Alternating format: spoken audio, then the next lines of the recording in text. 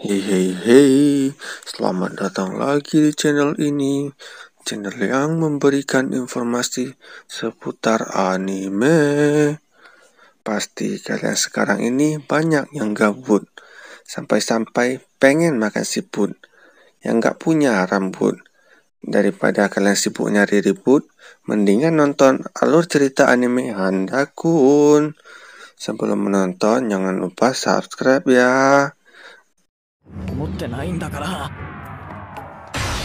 Cerita anime ini dimulai dengan memperlihatkan seorang pria yang bernama Handase.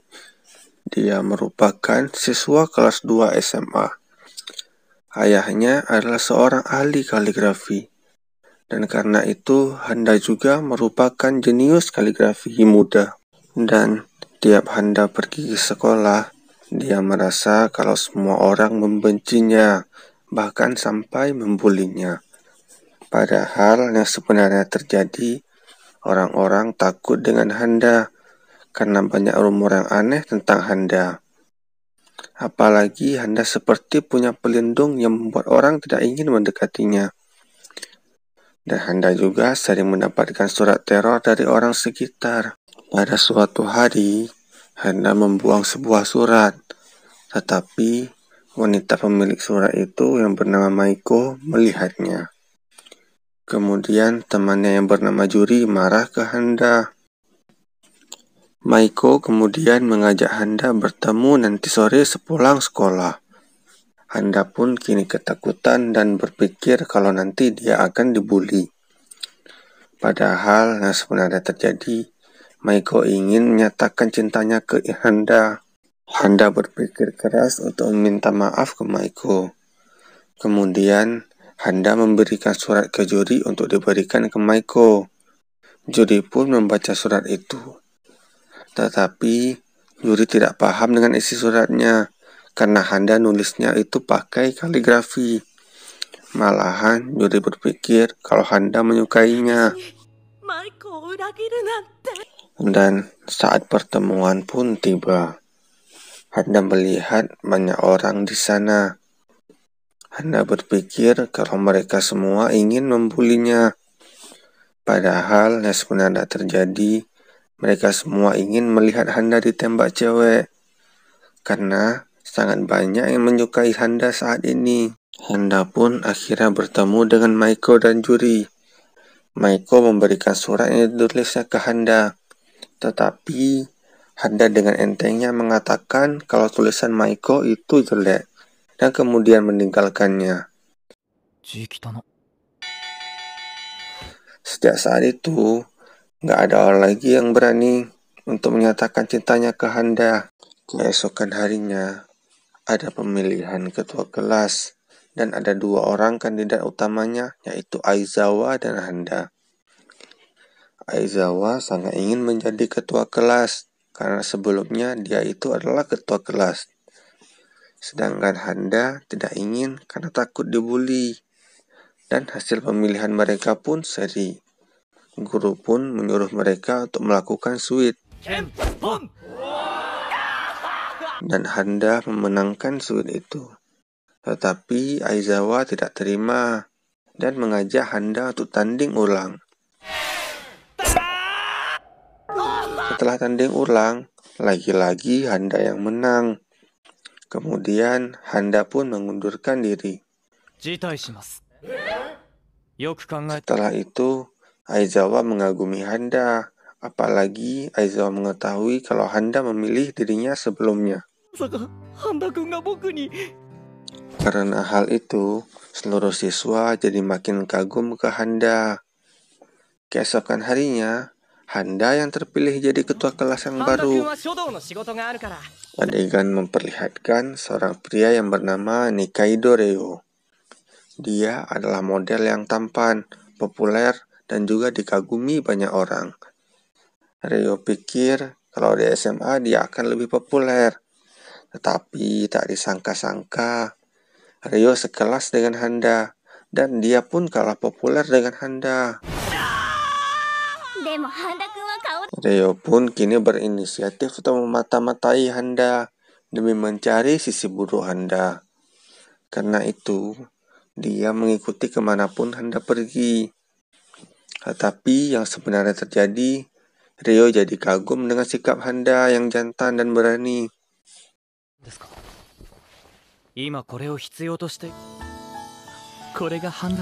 Keesokan harinya, Aizawa menyuruh Handa mengantarkan surat ke Tsutsui. Tsutsui itu adalah seorang siswa yang sering bolos sekolah. Tsutsui memiliki tubuh yang kecil dan juga feminim. Karena itu, Handa pikir kalau dia akan jadi sasaran empuk pembuli. Tetapi sesampai di rumah Tsutsui, Handa bertemu dengan seorang preman yang memegang tongkat baseball. Handa mengatakan kalau dia ingin memberikan surat ke Tsutsui Akane. Dan preman itu mengatakan kalau dia adalah Tsutsui Akane. Handa sangat kaget dengan perubahan Tsutsui. Dan setelah mengetahui Handa dari sekolah, Tsutsui pun mengajar Handa. Tetapi Handa sama sekali tidak bergerak. Dan Tsutsui berpikir kalau Handa itu seorang pria yang jago berkelahi. Tsutsui menceritakan masa lalunya. Dia dulu sering dibully di sekolah. Karena itu, dia mengurung diri. Dan suatu hari, ia melihat iklan di TV tentang alat pembentuk badan. Setelah menggunakan alat itu, badannya pun mulai terbentuk. Kemudian, dia bertarung melawan preman jalanan dan menjadi orang yang terkuat di daerah itu. Setelah itu, Handa menyerahkan surat ke Tsutsui. Tetapi Tsutsui pikir kalau Handa sedang melakukan ancang-ancang untuk menyerangnya. Dan Tsutsui pun gemetaran ketakutan karena melihat sikap Handa. Kemudian datang sekelompok preman mencari Tsutsui dan ingin menyerang Tsutsui. Kemudian Handa menyerahkan surat ke Tsutsui. Tapi Tsutsui pikir kalau Handa ingin membantunya bertarung. Padahal yang sebenarnya Handa hanya ingin kabur dan pergi. Ada seorang preman yang mencegah Handa kabur. Tetapi setelah melihat tatapan Handa, preman tersebut ketakutan. Dan ada yang mengatakan kalau itu adalah Handase. Banyak rumor yang mengatakan kalau Handa punya 666 pengikut. Dan juga Handa merupakan pemimpin dari kelompok preman besar dan juga pernah membunuh beruang. Setelah mendengar itu, mereka semua jadi ketakutan dengan Handa. Dan para preman itu pun melepaskan Tsutsui. Dan setelah kejadian itu, Tsutsui menjadi pengagum Handa dan juga kembali ke sekolah. Semua orang kaget gini dengan perubahan Tsutsui. Adegan berpindah memperlihatkan siswa yang bernama Kondo Yukio. Dia merupakan siswa yang rata-rata dalam skala hal di sekolah dan juga tidak terlalu menonjol. Namun suatu hari, di kelas memasak, ia masuk kelompok orang yang paling populer di kelasnya. Di mana di situ ada Aizawa si wakil ketua kelas, ada si Rio yang mantan model, ada Tsutsui si preman, dan yang paling parah, ada Handase sang idola sekolah yang penuh misteri. Saat kerja kelompok dimulai, mereka semua menyuruh Handa untuk diam. Kondo pun menyadari kalau Handa itu sebenarnya kesepian. Tetapi yang lain sama sekali nggak peka dengan itu. Saat memasak dimulai, teman-teman Kondo bertingkah aneh. Seperti Rio yang memakai bumbu asal-asalan. Tsutsui dan Aizawa pun yang sedang berkelahi. Dan yang paling parahnya, Handa tidak sengaja membakar makanannya.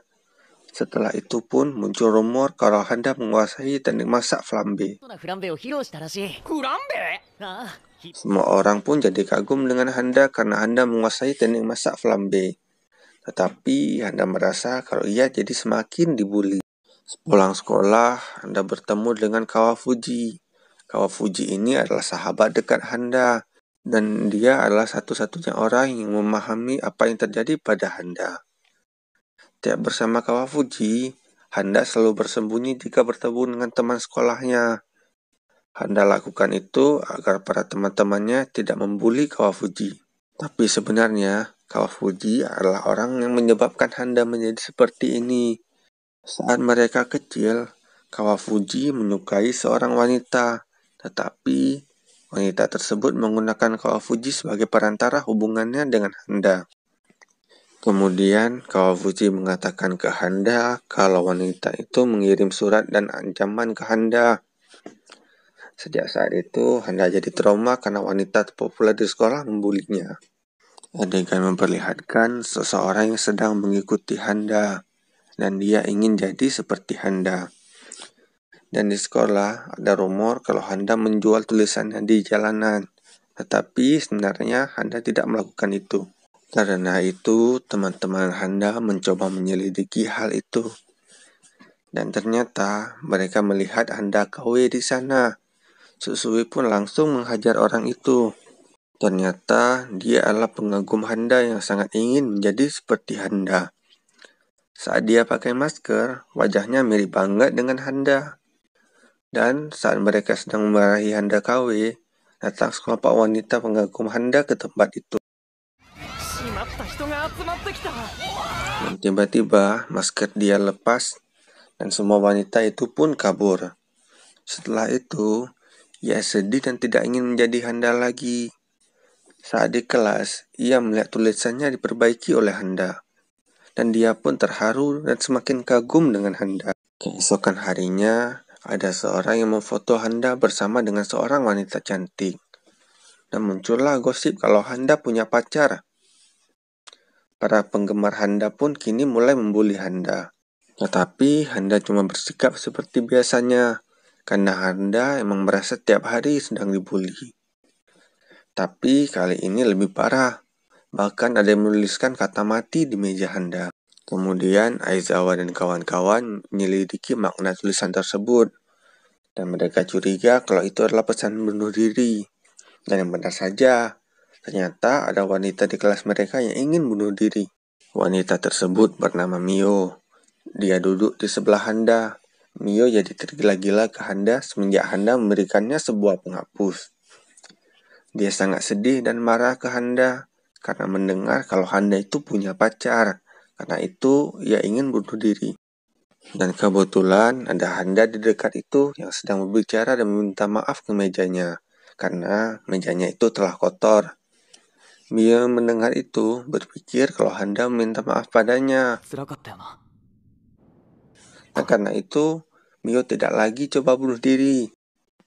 Saat Mio sedang bersedih, tanpa sengaja dia bertemu dengan wanita yang diduga sebagai pacar Handa. Wanita itu mengatakan kalau dia adalah ibunya Handa, dan pembulian kepada Handa pun berakhir.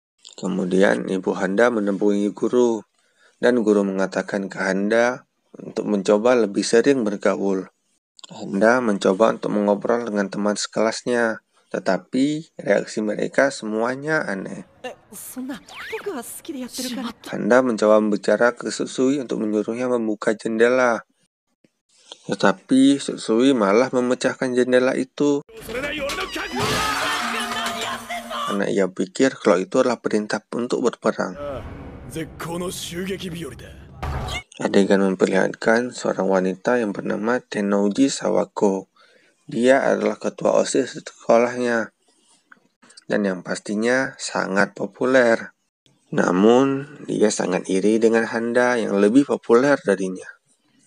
Karena itu, dia kini berusaha untuk menjebak Handa agar reputasi Handa rusak. Dia menyuruh dua orang wanita untuk menggoda Handa. Saat mereka mencoba menjebak Handa, Handa berbicara dan memberikan nasihat ke mereka. Dan mereka pun pergi setelah mendengar nasihat itu. Bahkan, mereka jadi semakin jatuh cinta pada Handa.